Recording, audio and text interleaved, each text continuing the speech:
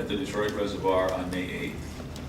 We made adjustments, the types of adjustments that Lacey spoke to. We continue to test and monitor. Toxin levels were below, the May 8th timeframe was when this particular algae bloom started. Toxin levels from that bloom were below Federal Environmental Protection Agency guidelines. Not only are we learning, I won't speak for the state agency, but from what I've learned, the State Oregon Health Authority is still learning, and this is new for the West Coast, and to some extent even the Environmental Protection Agency guidelines are just that, guidelines. There are not regulations, there are not specific regulations for us to follow. We were using our judgment in consultation with the Oregon Health Authority and EPA. We had clean test results until test results received on May 25th, which showed elevated levels of the cyanotoxin. On May 25th, that same day, staff took immediate action to reduce the levels, to attempt to reduce the levels below the EPA guidelines. Staff followed OHA advice to take additional samples for testing. Those additional test samples were received on Sunday, May 27th. On Sunday, May 27th and Monday, May 28th, staff continued to adjust our water treatment to reduce the level of toxins. We continued to take water samples. We continued to consult with the Oregon Health Authority, the regulatory authority for public water systems. This cyanotoxin is just one aspect to a larger regulatory system for public water supplies.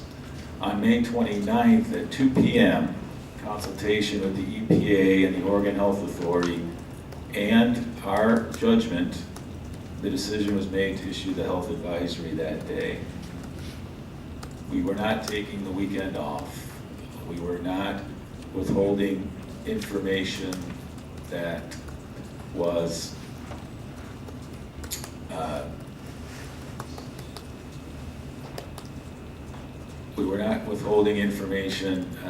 that was prior to the advisory. This led to the advisory that was issued on May 29th.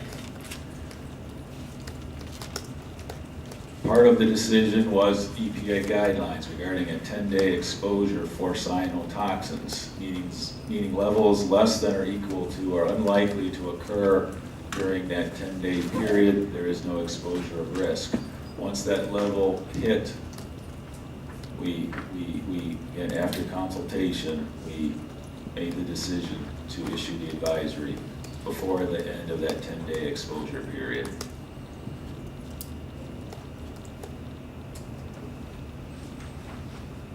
The decision to make the declaration, the issue the advisory, was done.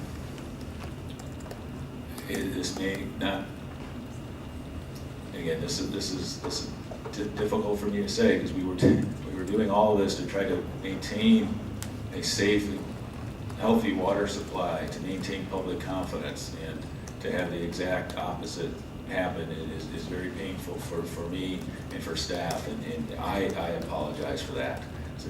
Certainly the decision to issue the advisory on Tuesday was not in any way to hide bad news, to withhold information. It was a judgment that was made